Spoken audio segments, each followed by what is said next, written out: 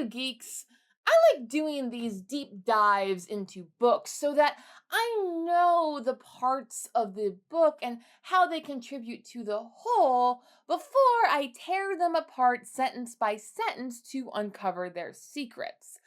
Onyx Storm has a lot happening and a lot of secrets. But before we can speculate about that unknown destination Yarros left us cliffhanging over, we must first unpack that darn journey through the Isles to find the Irids and ultimately save Eratia. Spoiler alert, they succeed at a very, very high cost. Because the cast and plot mechanics of this book has become greatly more convoluted than before, I'm just going to take this book apart plot point by plot point and weave my character observations in along the way so that we have somewhat of a manageable runtime and coherent video. Opening heist. Violet starts this book already having given herself a secret mission by making a deal with Takaris. I still do not trust Takaris and don't think that Violet really thought the implications through of messing with the wards. She tells her sister that she did and that she's going to do it anyway, but dang girl, she's very lucky that that worked. Now, while I should on principle dislike that Violet kept this from Xaden after all of their communication problems last book, I find it at least comforting that Violet acknowledges she should tell Xaden, but he doesn't want to know because of the whole sulky Venom thing. Not to mention, keeping Xaden out of this plot means that Violet gets to take control on her own. And that we'll see is going to be a reoccurring theme with her, that Xaden will back out and she must step up even if she doesn't feel ready. But come on, girl, you started this book making an international secret deal with Takaris and organizing a flawless heist to control the Ward Stone, and it worked. Of course, she has terrible self-confidence because she's Violet frickin' Sorengale. Quadrant politics.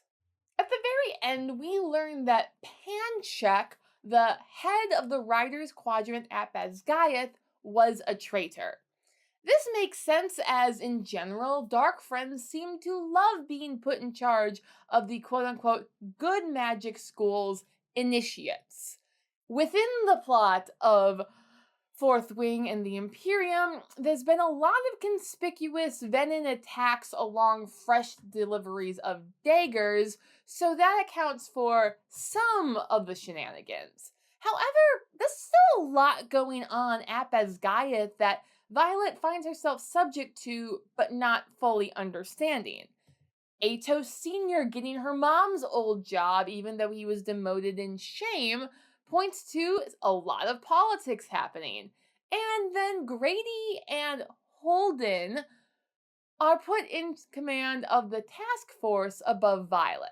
Now, I understand not wanting to put a cadet in charge of a vital world-saving task force, and Holden is a prince, the crown prince, so okay. But Grady, he'd been commended for his service behind enemy lines before, that's why he got this job apparently, but then the Punce gets himself killed by sneaking up on a cadet behind enemy lines. What? You had one job and you stink! For me, this points to Grady being completely loyal to or manipulated by the other antagonist powers at Basgiath. Just as he was so willing to let Varish torture his cadets, he was also willing to take Violet on a trip north when no one thought that was the right direction.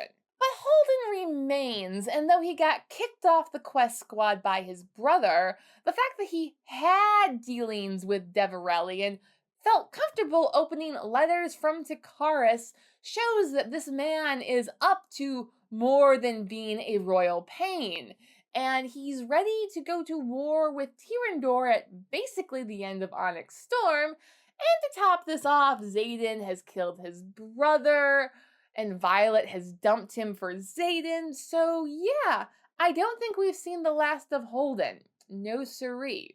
Throughout all, Ato Sr. remains a Class A douche nozzle, but for this book, the worst thing he does is keep Professor Xaden Ryerson away from Cadet Violet Sorengale. Now, it really says something about how I read books that I have no problem with Violet and Xaden being together while he's a soulless power-sucking venom monster, at least not on that regard. But there is something a bit off-putting about the idea of a professor having a relationship with a student. Though, as Xaden explained, they had a pre-existing relationship. He's basically an adjunct, and she's also an adult. So it's not weird, but something about it still made me initially go, ew, gross. So aside from Yarros playing into the trope of professor and student being a forbidden couple, I guess that's a thing in modern romances that I'm not going to get into.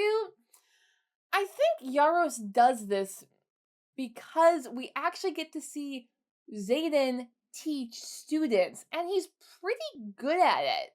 Now, in Fourth Wing, we saw him personally train Violet and implicitly train Liam, and they learned from him very well. But now it's expanded to the rest of the students, who I think were safer with Xaden the Venom Professor than Carr the completely human one, as far as we know. And we even see him talk Lynx through manifesting shadows successfully. And we know that Xaden internally at this time is feeling just depressed AF, but he is such a good mentor. So I hope we get to see Xaden develop those skills more in the future. Venin. If you've seen CGP Gray's 2 videos on the history of Tiffany, you'll know that Theophalia, or Theophany, is an ancient version of the name Tiffany. So please just imagine all of Onyx Storm, but with Violet being hunted down by the evil Venom Tiffany. I enjoy this greatly. Tiffany is much more than just a mean girl. She's a top-tier fantasy villain who demonstrates cunning and control over her powers and ability to manipulate, all things that none of the mindless venom zombies that Violet has run into before displayed. Seeing the rivalry between Theophany and Berwyn in their hunt for Violet and Xaden points to venom culture being not a monolith, which makes Rebecca Yarros' world building all the better. I don't think the fact that there's a diverse opinion among Venom has really settled into Violet's worldview yet. However, Xaden, if he hadn't figured it out by the end of Onyx Storm, is gonna learn pretty darn quick, I do believe. Unfortunately, we're stuck with Violet's perspective, and Violet was too honest to be cunning and extract information, even lies from Theophany, to learn more about Venom culture and ways to defeat them. Instead, Violet opts for my least favorite fantasy trope ever and goes island hopping. I must admit, island hopping with Xaden is way more fun than island hopping on the Dawn Treader. But it is tied with Dawn Shard as to what the heck is the relevance of all of these mini adventures to the underlying plot and resolution of the story. There are hints and inferences, and the fact that Yarros intentionally leaves us hanging means that I don't think it was completely in vain. I think she's taunting us, and it's working. Short term, we do learn more than just random facts about our characters, though we learn those too. Violet has been apparently partially dedicated to Dune. All Atreides must die. The Kwisatz I know it's spelt differently than that sci-fi novel, but both are kind of about dragons and power. Zayden, meanwhile, gets his moment of levity where we see him act like a normal person without a care in the world, and that's just fun, really. Though, of course, it cannot last. And yet, even when they're under threat of imminent death, Zayden and Violet are on this adventure basically the healthiest their relationship has been as far as communication and trust goes. Though when Zayden is reunited with his mother, he does say something stupid to Violet, like he wants to be rid of the pain, which to me was a massive Red flag. Violet thankfully talked him out of that one for now.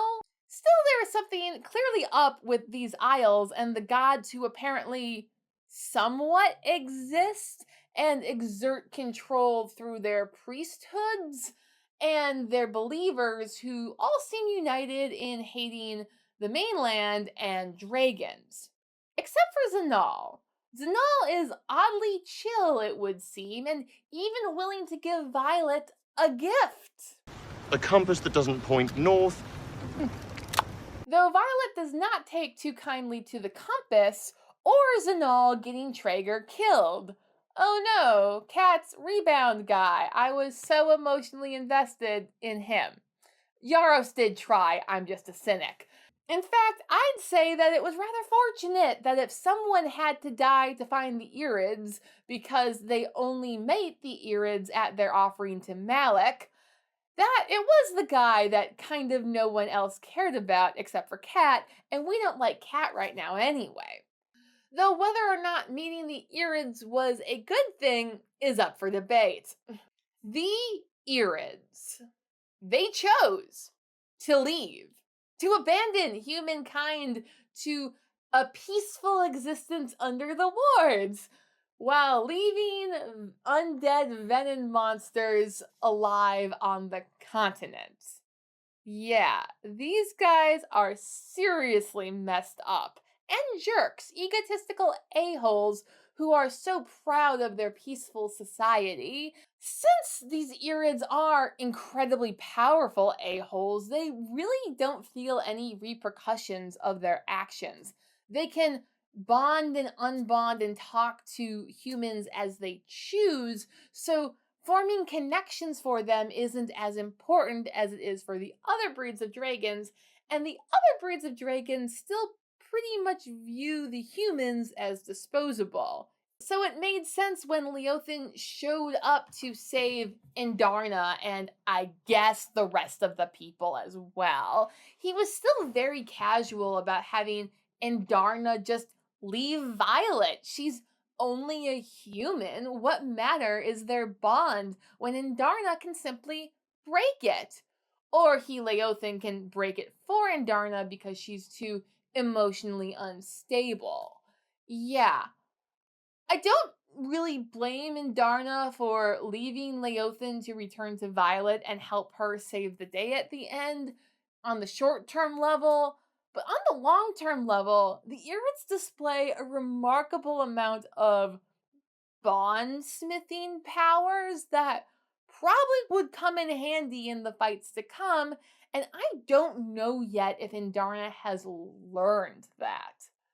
Moving into the final act of Onyx Storm, it's kind of infuriating for how every single question that Yarros answers from the beginning of the book, she raises like 10 more. Mind and control. It's interesting how some powers are innocuous in some fantasy worlds and like completely devastating in others. Take, for example, dreamwalking, which is apparently an intrinsic power and therefore punishable by death. Though, when I first discovered that Violet had it and could waltz right into Zayden's dreams, my reaction was, oh great, now they have a safe way to get it on next book without Zayden fearing he will drain all of her power. But after a bit, further implications sunk in, and I start to see why Yaros's version is a death sentence for Violet if Navarre ever finds out. For starters, she basically chose for Xaden or compelled Xaden to not pull power from the ground. And that is highly disturbing. In fact, we're seeing a lot of mind control games happening under the surface now, but we don't really understand the limitations.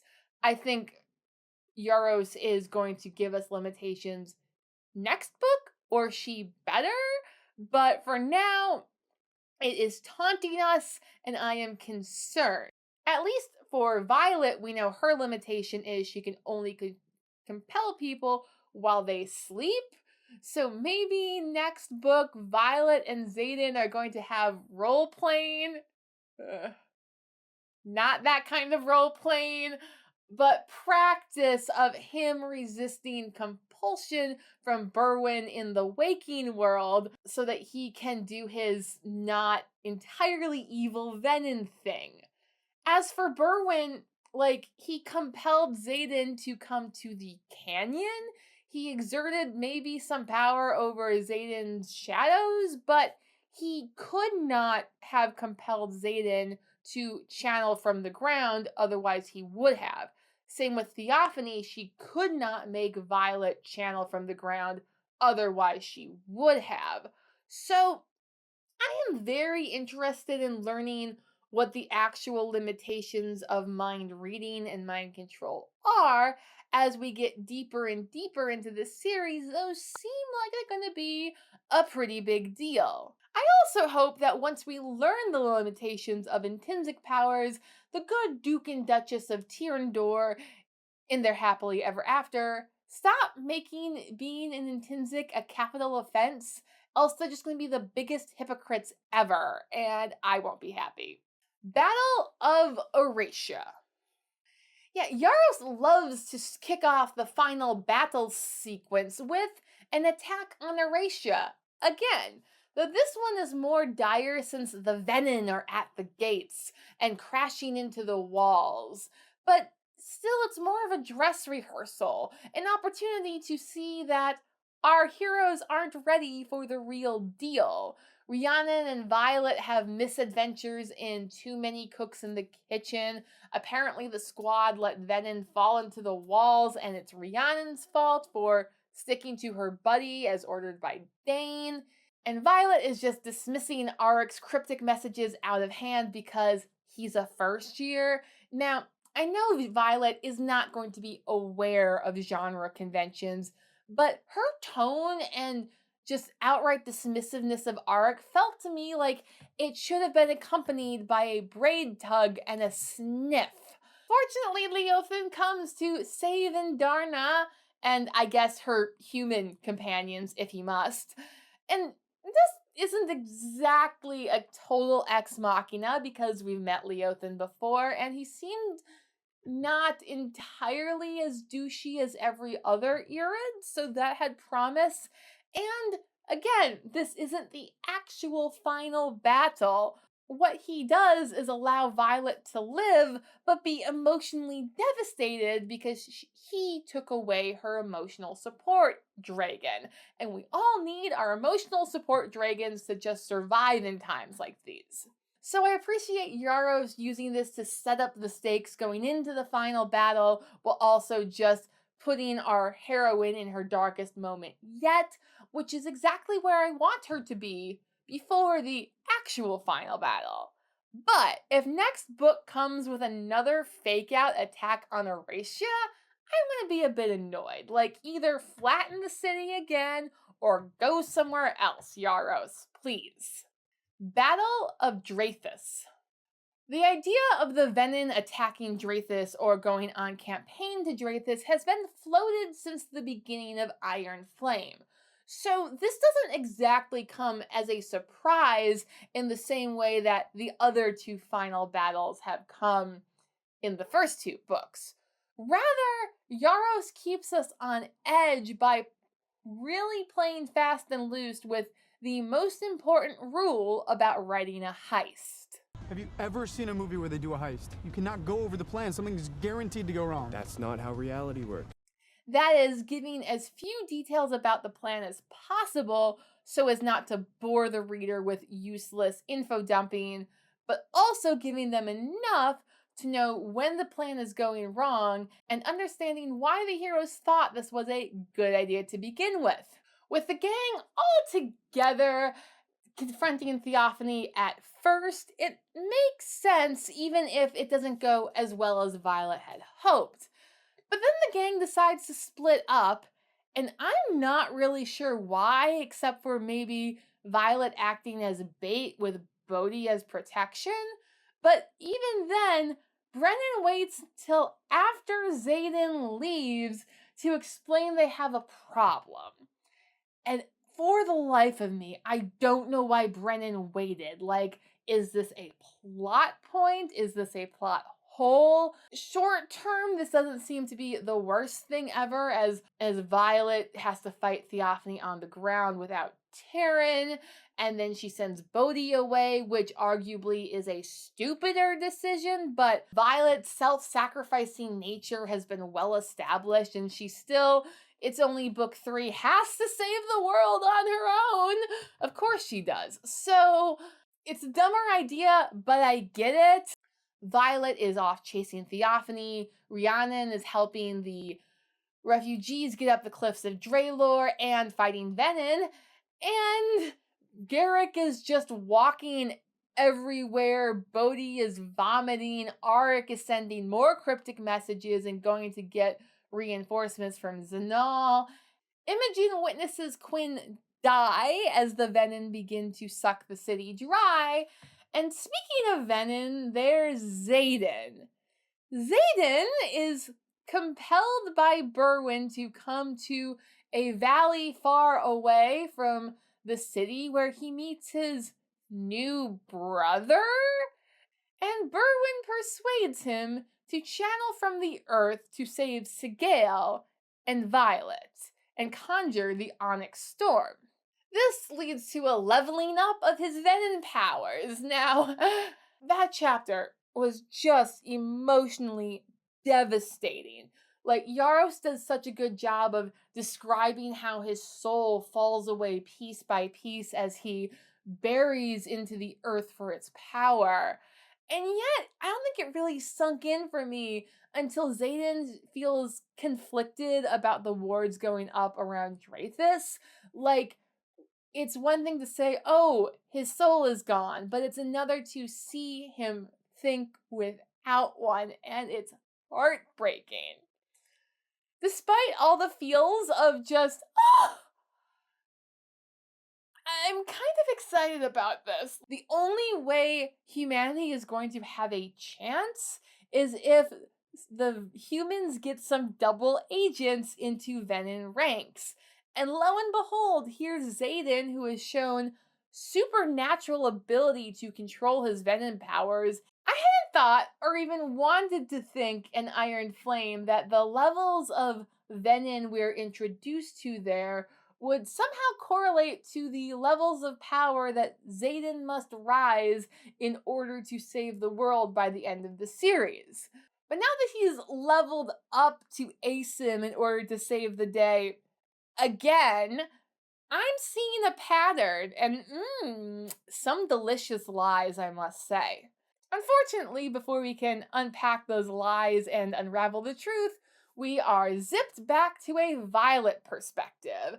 And Violet has suffered the fate of a Tolkien protagonist in a battle. She got knocked unconscious, and now someone needs to explain to her what the heck happened for the part she missed, or the part that maybe she hadn't missed but was there for, and then had Imogen wipe her brain. Like, this raises so many questions. Like, apparently she got married. I would like to have seen that. Apparently eggs are missing, riders are dead.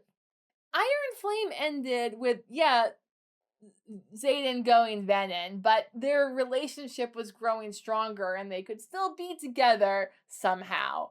But now with Xaden going off to maybe infiltrate the enemy, and leaving Violet in charge of Tyrandor for her own safety, like, I'm now worried about the integrity of their relationship, even though I think they maybe might have concocted the perfect plan to try and save the world next book.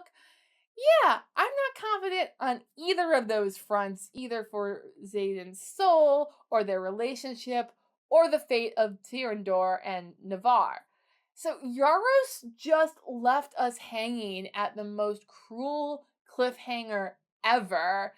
Dang, girl. Like, Yaros has hooked me good that I just see myself doing Imperium theories for the rest of the summer here. So I hope you stick around for those. Please like, share, and subscribe so you don't miss any of that.